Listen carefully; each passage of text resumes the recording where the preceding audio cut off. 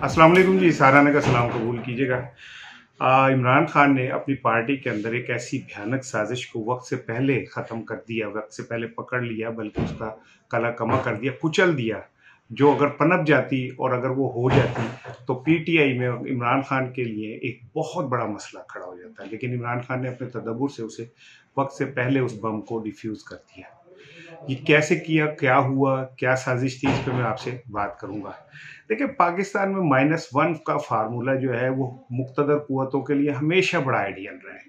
Minus Benazir, minus Zardari, minus Nawaz Sharif, minus Imran Khan, -1 का formula हर दफ़ा सामने आता रहता है। और कोशिश ये होती है ताकतवर हलकों की कि विदन पार्टी कुछ इस तरह के लोगों को प्रमोट किया जाए जो जिन जब वो थोड़े से तगड़े हो जाएं तो जो ऊपर बैठा हुआ शख्स है, जो उनके सामने खड़ा हो जाता है मुक्तदर कुव्वतों के, उसको साइड पे करके बंदे ले आए जाएं। माजी में इस पे ट्राई होती रही, कोशिशें होती रही हैं। अब इमरान खान के खिलाफ भी ये कोशिश हुई कि माइनस इमरान खान जो है कोई कोशिश की जाए। जब ये फार्मूला सामने आया तो उसका बहुत शदीद रद्द-ए-अमल देखने में आया, खान साहब की तरफ से भी, बाकी हलकों की तरफ से भी। और मुक्तदर कुव्वतों को ये पैगाम दिया गया कि माइनस इमरान खान कोई सियासत नहीं है, या इमरान खान है या इमरान खान नहीं है, दरमियानी कोई रास्ता नहीं है। और इमरान खान इस वक्त सबसे बड़ी सियासी हकीकत है और उसको कोई दूध में मक्खी की तरह उठा के आप बाहर नहीं फेंक सकते। मुख्तलिफ तरीकों से इमरान खान को कुचलने की कोशिश की गई, एक्सप्लॉइट किया गया, दबाने की कोशिश की गई।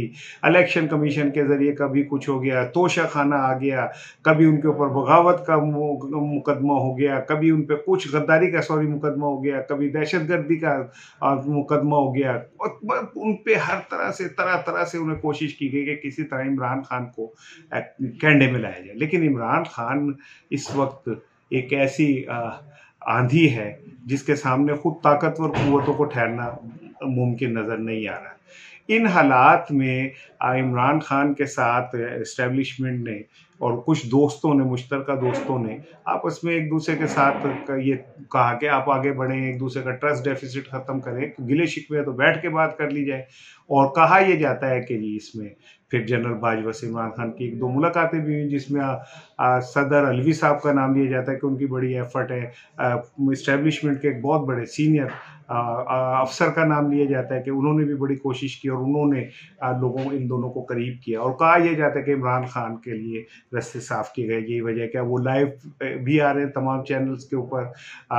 गिल साहब भी वापस आ गए हैं, गिल साहब की ज़बानबंदी भी हो गई है। इमरान खान भी अब अपनी तकरीरों में इस्टेब्लिशमेंट का नाम लेके कुछ नहीं कर रहे, लेकिन वो ये अपना प्रेशर सियासी बरकरार रखे हुए हैं कि मैं लॉन्ग मार्च करूंगा। क्योंकि इतलात ये भी हैं कि अगर इमरान खान को अदालतों के ज़रिए या इलेक्शन कमीशन के ज़रिए नाअहल करने की कोशिश की गई तो इमरान खान लॉन्ग मार्च का ऐलान कर देंगे।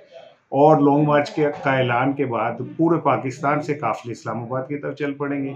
ये राना सनाउल्लाह वो जो हैं और मौलाना फजलुर रहमान टाइप लोग जो कहते हैं जी हम यूं हूँ, इन्हें ये नहीं पता कि जब लोग किसी चीज़ के लिए खड़े हो जाते हैं तो फिर उसको ये एक्सपायरी, आंसू गैस और ये डंडे शंडे नहीं रोक पाते।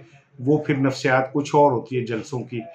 माजी में पीटीआई के लॉन्ग मार्च पे जो कुछ हुआ वो कुछ और थी। अब लोगों ने किसी और गुस्से से निकलना है और जो इनके लिए रोकना मुमकिन नहीं रहेगा।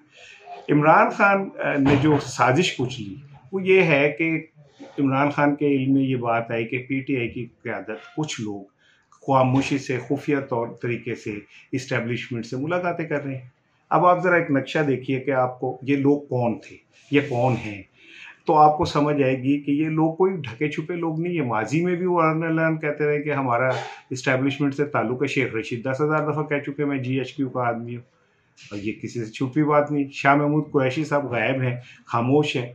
हाँ, उनके मुतालिक ये कहा जाता है कि उनके अंदर ये मौजूद है कि अगर इमरान खान को साइडलाइन किया गया तो बीइंग सीनियर वाइस चेयरमैन मैं पार्टी की क़यादत करूँगा। हालांकि ये एक दीवाने का ख्वाब है और ख्वाब देखने में कोई हर्ज नहीं है। फिर असद उमर साहब के मुतालिक ये कहा जाता है कि उनके इस्टेब्लिशमेंट से बहुत अच्छे ताल्लुकात हैं, क्योंकि उनके ख़ानदानी जो बैकग्राउंडर है वो सारा पाकिस्तान आर्मी से है। फिर उसके बाद कहा जाता है कि परवेज़ खटक साहब के बहुत ताल्लुकात हैं इस्टेब्लिशमेंट के साथ, वो वज़ीर दिफा भी थे माजी में।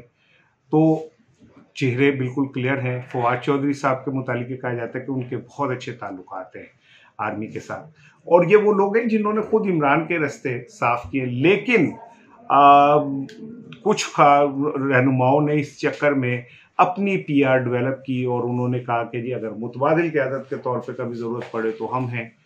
ये बात इमरान खान साहब तक जब गई तो उन्होंने अभी जो कोर कमेटी का इजलास हुआ उसमें बड़ी सख्ती से और बड़े क्लियरली ये बात कही कि मेरे इल्म में कौन कौन लोग जाके खामोशी से इस्टेब्लिशमेंट से मिलते हैं और वो वहाँ जाके क्या बात करते हैं, क्या गुफ्तो शनीद होती है, और मैं उन्हें वार्न कर रहा हूँ कि अब वो इस तरफ ना आए।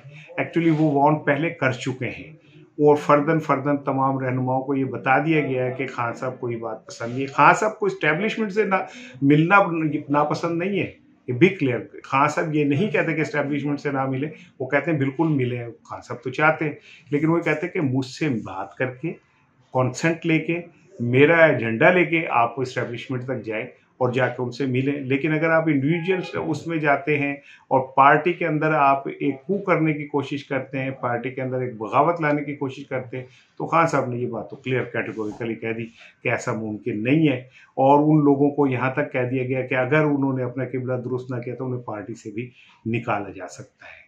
बड़ी दिलचस्प सूरत हाल है। मजीद बात करूँगा, अपने ख्याल रखिएगा। अस्सलाम वालेकुम।